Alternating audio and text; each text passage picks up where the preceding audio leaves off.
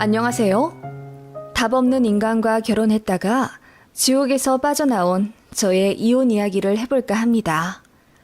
애초에 결혼한 것부터가 잘못된 선택이었지만 그래도 더 늦기 전에 새 출발을 결심했기에 지금은 잘했다고 생각합니다. 저는 그냥 평범한 중소기업 대리였고 남편은 자영업자였습니다. 둘 다 직장인이었을 때 만나 결혼한 건데 신혼 때 남편이 말도 없이 회사를 관뒀습니다. 시어머니가 하는 가게를 물려받고 싶다는 게 그 이유였습니다. 어머님은 번화가 한 구석에서 작은 고깃집을 운영하고 계셨는데 나름 잘 되었어요.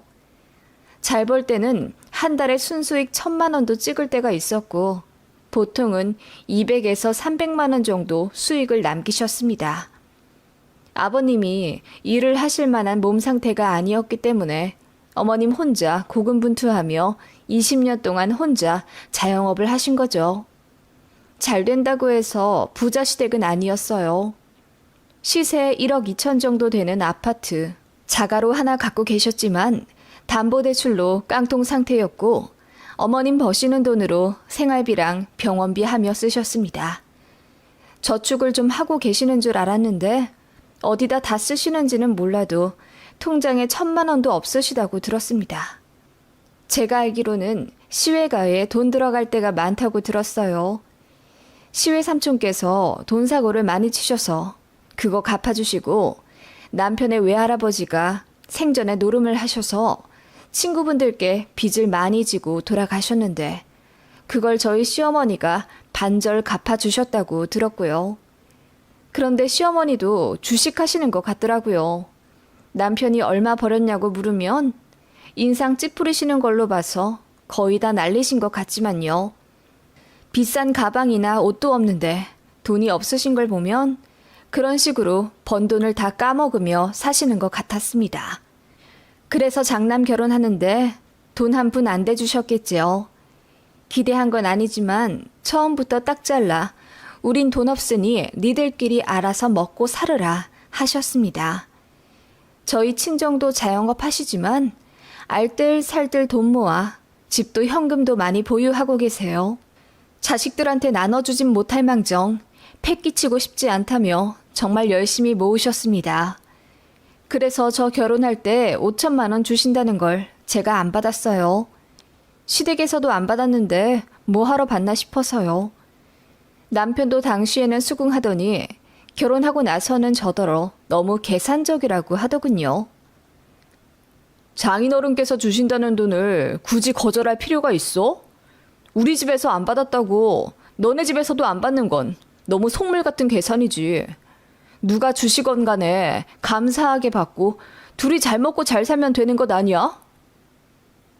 그렇게 말한 남편에게 좀 어이가 없었습니다. 왜냐하면 남편은 결혼할 때 시댁에 이런저런 사정이 있어 좀 드렸다며 달랑 2천만 원 들고 왔고 저는 6천만 원이나 갖고 왔어요. 그런 상황에서 제가 친정에서 돈을 더 갖고 오면 그냥 신부 돈으로 결혼해 사는 거나 마찬가지잖아요. 당시에는 남편이 시댁에 돈이 좀 묶여 있어서 그렇다고 설명했기에 깊은 사정이 있나 보다 하며 이해했고 그저 사랑과 정 하나만 보고 결혼했어요. 제가 조금 더 해갔으니 남편도 저에게 미안해하고 더 잘할 거라고 생각했습니다. 그런데 그건 제 오산이더군요. 신혼집을 구하려 하는데 제 직장이랑 조금 더 가까운 곳이 신도시 비슷하게 발전하고 있어서 여러모로 조건도 좋아 거길 계약하자고 했더니 남편이 싫다더군요. 자기 직장이랑 가까운 곳을 해야 한다고 우기더라고요. 그래서 제가 어차피 맞벌이 해야 하며 사는데 그럼 자기가 더 일찍 와서 집안일 할 수 있겠어? 라고 물으니 그건 자신 없다는 식으로 말하더군요. 그저 제가 여자아이니 애 낳고 나면 관둘 가능성이 많아 오래 직장을 다녀야 하는 가장에게 맞춰야 한다고 하더군요. 그래서 그건 이직을 할 수도 있고 일단은 전세 계약이니 그럼 공평한 거리로 구해보자고 했습니다. 남편도 알겠다고 했고요. 그런데 시어머니가 그 얘기를 아들에게서 듣고 저에게 전화해서는 그래도 우리 아들 회사 쪽으로 구하는 게 낫지 않겠니? 다들 보면 남자 직장 쪽으로 더 가깝게 해서 구하던데. 혹시 우리 아들이 너보다 돈 적게 해와서 그러는 거라면 우리가 돈을 대주려 한다. 라며 기분 나쁘다는 듯이 얘기를 하시더군요. 지금 생각하면 시모가 무례한 거지만 당신은 식 올리기 한 달 전이라 제가 새댁 특유의 그 여리디 여린 마음을 갖고 있었어요. 전화 통화 중이라 시모는 볼 수도 없는데도 제가 손사래를 쳐가며 아니라고 해명했고 절절매며 통화했던 기억이 납니다. 결국 집은 우리 부부 직장의 딱 중간쯤으로 정했네요. 그 동네는 인프라도 부족하고 다른 곳보다 덜 발달되어 지저분한 동네였지만 남편이 융통성 가지지 않고 무조건 중간을 고집해서 결국 그 동네로 계약했습니다. 지금 생각하면 남편과 어머님이 신혼집 위치를 이유로 기싸움을 했었던 것 같아요. 말도 많고 탈도 많았던 결혼 준비였고 과정에서 남편과 시댁에게 실망도 했지만 대부분의 여자들이 그렇듯이 파혼을 하는 용기까지는 없어서 그냥 밀고 갔었던 것 같아요. 결혼하고 나서 조율하면 되겠지 라는 생각으로 식을 올렸습니다. 그렇게 아웅다웅 지지고 볶으며 신혼생활했습니다. 그 와중에 어머님은 자꾸 돈을 달라고 하셨어요. 결혼식 올리고 돈 남지 않냐면서 처음에는 남편 쪽 축의금에서 반 떼달라고 하더니 나중에는 저한테도 직접 전화를 해서 임대료 핑계대고 고기 도매값 핑계대며 10만 원, 20만 원씩 빌려달라 하시더군요.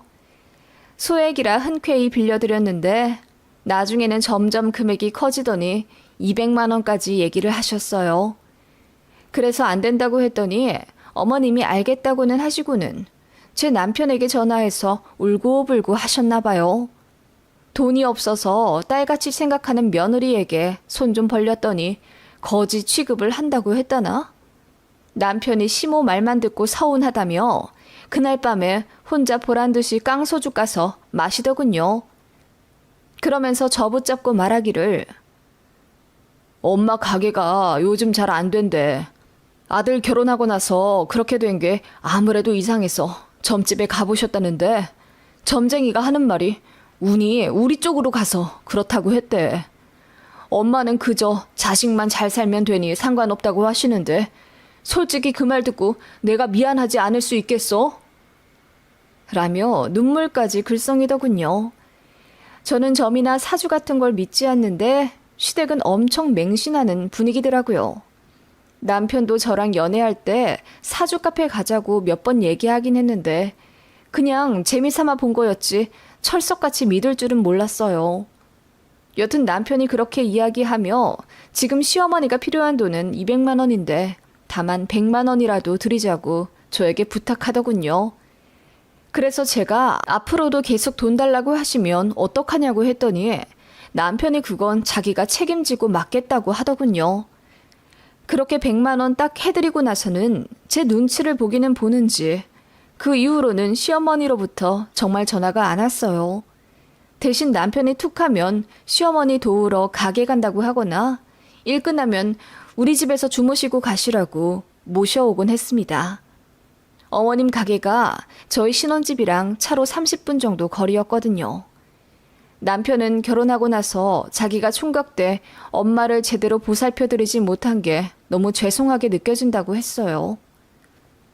이래서 남자들이 결혼해야 철드는 거라고 하는구나. 왜 그동안 우리 엄마 불쌍한 게 안 보였는지. 당신이랑 데이트하러 다닐 때 우리 엄마도 좀 불러서 같이 맛있는 거 먹고 다닐걸. 라고 하더군요. 너무 경악스럽더라고요. 그래서 내 남자친구가 나랑 데이트할 때마다 본인 어머니 불러왔으면 바로 헤어졌을 거라고 하니 농담인 줄 알더라고요. 어차피 이렇게 가족될 사이였는데 진작 친해졌으면 같이 효도하고 좋았을 거라면서요. 어이가 없더군요. 아무튼 그렇게 시도 때도 없이 어머님을 신혼집에 모셔오니 저는 편하게 있다가도 벌떡 일어나 야식이라도 차려야 했고 어머님이 주무시고 가신다고 하면 잠자리도 받으려야 했습니다. 정작 어머님을 모시고 온 남편은 딱 거기까지가 제 할 일이었던 것처럼 소파에 드러누워 있었고요. 제가 어머님 차 내어드리고 야식 만들어드리고 잠자리 펴드리고 다 했습니다. 그런 일이 반복되니 남편에게 불만이 쌓였고 점차 싸우게 되었어요. 제가 큰 소리 내면 남편이 눈치 보고 한동안 어머님 안 모셔오다가 제 기분이 좀 풀렸다 싶으면 다시 어머님 모시고 오고 그러더라고요. 안 그래도 회사 일로 고된 하루를 보내다 집에 오면 쉬고 싶은데 일주일에 한두 번은 꼭 시어머니가 집에 오시니 스트레스 받더라고요. 그런데 남편은 나중에 우리가 아이 낳으면 시부모님 손을 가끔 빌려야 할 텐데 염치 없이 구는 것보다 미리 잘 해드리고 도움 받는 게 낫지 않냐고 되려 저를 나무라더군요. 남편이 말을 참 잘해요. 그래서 저도 그런가 하며 넘어간 적이 많고요. 지금 생각하면 가스라이팅 받으며 살았던 것 같기도 하네요. 그러던 와중 결혼 2년 차에 제가 임신을 했습니다. 지지고 볶고 살아도 그 와중에 애는 생기더군요. 남편과 이제 싸우지 말고 우리 세 가족 행복하게 잘 살아보자고 다짐도 했습니다. 그런데 이 인간이 저에게 말도 없이 회사를 관두었습니다. 어머님 가게를 자기가 물려받아서 요즘 스타일대로 조금만 더 손대면 제대로 대박 날 것 같다고 그 전에도 자주 이야기했어요. 저는 장사가 보통 일도 아니고 지금 어머님 잘하고 계시는데 왜 물려받으려고 하냐, 시기상조다 라고 하며 말렸지만 결국 제 허락을 받는 것에 자신이 없었는지 사표부터 내고 왔더라고요. 그때가 임신 5개월이었어요. 남편 때문에 울면서 회사 다녔네요. 이왕 그렇게 사고 친 거 제대로 해보라고 했더니 인테리어 하게 돈 좀 달라고 하더군요. 기가 막혔습니다. 그렇게 3천만 원 대출받아 남편은 시어머니랑 같이 장사를 하기 시작했어요. 남편이 젊은 감성으로 가게를 꾸며 재오픈하니 사람들이 많이 몰리긴 하더라고요. 그렇게 첫 달은 매출 1,500만 원에 순수익 600만 원 정도로 마무리 지었습니다. 남편이랑 어머님이 손잡고 방방 뛰면서 이제 부자 될 일만 남았다고 환호성 지르더군요. 그렇게 남편은 하루 종일 가게에 있느라 저는 임신 기간 동안 남편의 케어를 받은 적이 없습니다. 저 혼자 밥 챙겨 먹고 저 혼자 잠들고 저 혼자 일어나 회사 다녔어요. 너무 서러웠지만 그래도 다 같이 잘 되기 위함이니 견디고 견뎠네요. 저희 친정 부모님이 저를 많이 안쓰러워하셨고 철없는 사위에게 한 소리 하고 싶었지만 이제 애 아빠도 되는 마당에 긁어 부스럼 만들 일이 뭐가 있을까 싶어서 참으셨다고 해요. 그렇게 장사라도 잘하는 줄 알았는데 이번엔 어머님이 사고를 치셨습니다. 아들이랑 같이 하는 장사가 잘 되니 이 기세 몰아 사업 제대로 확장하자며 그 바로 옆 상가까지 계약하셨다고 하더군요. 남편도 처음엔 놀랐지만 엄마가 다 뜻이 있어서 그랬을 거라며 제가 혹시라도 불만 갖지 못하도록 설탕 발린 말로 저를 설득했어요. 그렇게 몇 달간 그나마 벌었던 돈마저 까먹고 이제 새로 계약한 상가 보증금까지 내야 하니 또 대출을 받을 수밖에 없었습니다. 저는 이미 만삭이고 이제 아이 태어나면 정신이 없을 텐데 이 와중에 대책 없이 대뜸 가게부터 계약해버린 어머님이 너무 미웠어요. 어머님은 저 따위는 안중에도 없다는 듯 오직 돈돈거리며 이제부터 우리 팔자 제대로 피는 거다. 진작 아들이랑 동업할 걸 그랬다. 하시며 좋아하셨고 그 옆에서 남편도 해볼쭉 하더군요. 그렇게 남편과 시어머니가 새 가게에 매달려 사는 동안 출산일은 다가왔고 그렇게 아이를 낳았습니다. 남편은 바쁘다며 애 출산 당일에만 얼굴 비추고 그 다음날부터는 시무랑 또 가게 가 있더군요. 어머님 혼자 일하는 게 죄송스럽다면서요. 그런 저를 엄마가 안쓰러워하며 조리 도와주셨고 친정아빠는 제가 돈이 별로 없어 아기용품도 제대로 사지 않는 걸 보고 마음 아파하며 1,000만 원을 주셨습니다. 아이 유모차며 카시트도 다 중고로 구입하려 했는데 친정 부모님 덕분에 좋은 걸로 사게 되었어요. 남편도 처음엔 감사한 마음을 가지고 있더니 나중에는 그 돈도 탐내더군요. 친정에서 주신 돈 얼마나 남았어? 당신도 육아휴직 쓰니 우리가 돈이 별로 없네. 혹시 그 돈 생활비에 좀 보태줄 수 있어? 엄마 빚도 빨리 갚아드려야 하고. 무슨 소리야. 아이 물건 사라고 주신 돈이야. 앞으로 아이한테 큰돈 들어갈 때마다 요긴하게 쓸 돈이라고. 그런 게 어딨어. 돈은 그냥 돈인 거지. 지금 당장 우리 가게 월세부터 내야 나중에 애 물건도 살 수 있을 것 아니야. 월세부터 내자니? 이번 달 매출 잘 안 나왔어? 아, 그게... 남편이 고개를 숙이며 가게 얘기를 안 하려 하더군요. 이상한 마음에 붙잡고 캐물으니 오픈빨이 끝나서 장사가 잘 안 된다고 울상이더군요.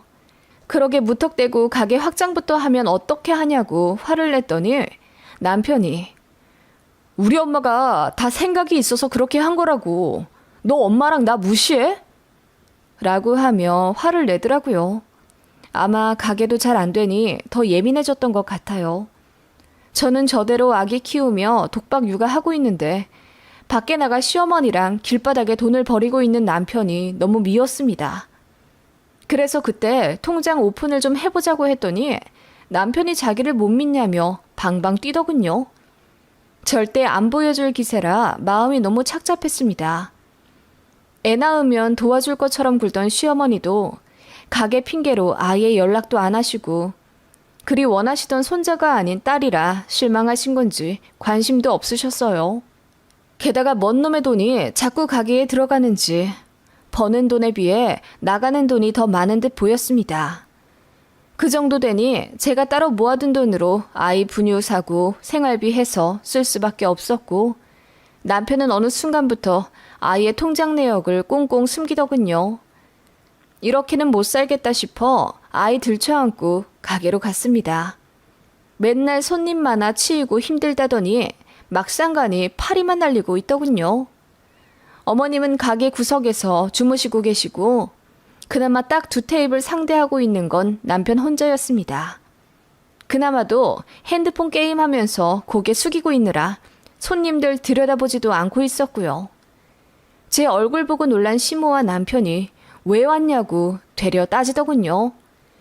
저는 이대로는 못 살겠다며 둘 다 지금 뭐 하고 있는 거냐고 소리를 질렀어요.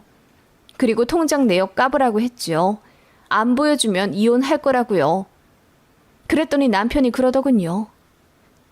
보여주면 이혼은 안 하겠다는 거지? 보고 딴소리 하지 마. 라고 하며 마침내 스마트폰을 열어 현재 통장 내역을 보여주었습니다.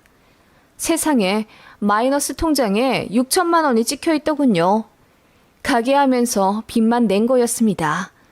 어떻게 자금 관리를 이따위로 했냐고 화를 냈더니 어머님이 갑자기 울면서 내가 모자라서 그랬다. 내가. 우리 아들은 잘못이 없어.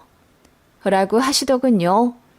얘기 들어보니 또 시외가에 돈 들어갈 일이 있어 제 남편 앞으로 빚을 끌어다 쓴 것 같았어요. 거기다 가게를 무리하게 확장하면서 들어간 돈도 있어서 벌어도 버는 게 아닌 상황이 맞았던 거죠. 그렇게 되니 어머님도 남편도 일할 맛이 떨어져 친절도가 떨어졌고 악평을 받게 되면서 손님도 떨어져 나간 거였어요. 그거 보니 이 집안과 더 엮이면 저까지 지옥의 구렁텅이로 빠져 들어갈 것 같다는 생각이 들었습니다. 남편은 제 심각한 마음도 모르고 장인어른께 돈 좀 달라고 하면 안 되려나? 첫째 낳았을 때 1,000만 원 주셨으니 둘째 낳으면 또 주시겠지? 우리 이럴 거면 자식으로 재테크할까? 라는 저질 농담을 하더군요. 그 말 듣고 나니 천년의 사랑도 식더군요. 저도 잘난 게 없어 잘난 사람 만나지 못할 거라고 생각했습니다. 외모도 못나고 성격도 내성적인 저 같은 사람을 이만큼 아껴준 사람도 없었기에 제 운명이라고 생각했습니다. 왜 아이를 낳고 나서야 제대로 눈을 뜨게 되는지 제 자신이 어리석게 느껴지더군요. 저는 잘나지 않은 사람이지만 이렇게 살 만큼 못난 사람은 아니었습니다. 그걸 그 순간 깨닫게 되더군요. 그래서 이혼하자고 했습니다. 시어머니 있는 앞에서요. 그랬더니 둘 다 눈이 튀어나올 듯 동그랗게 뜨면서 그게 무슨 말이냐고 펄쩍 뛰더군요.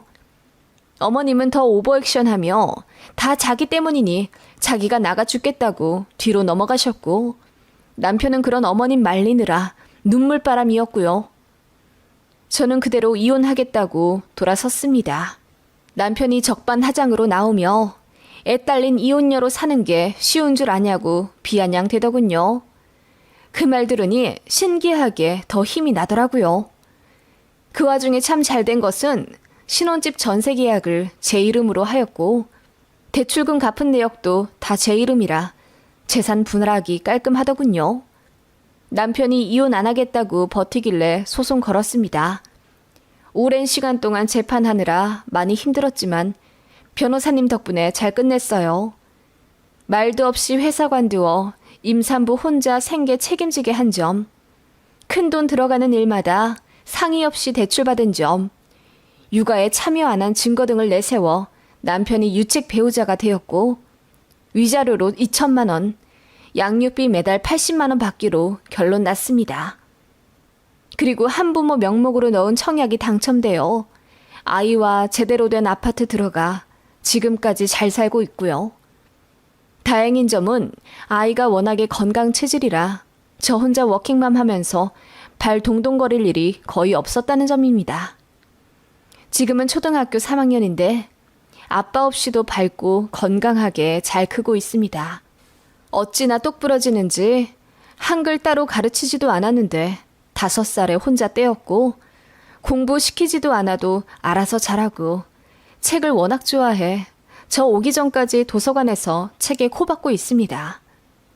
전 남편과 결혼한 것은 제 인생의 오점이었지만 제 아이를 얻은 것은 제 인생에서 가장 찬란한 빛이었습니다.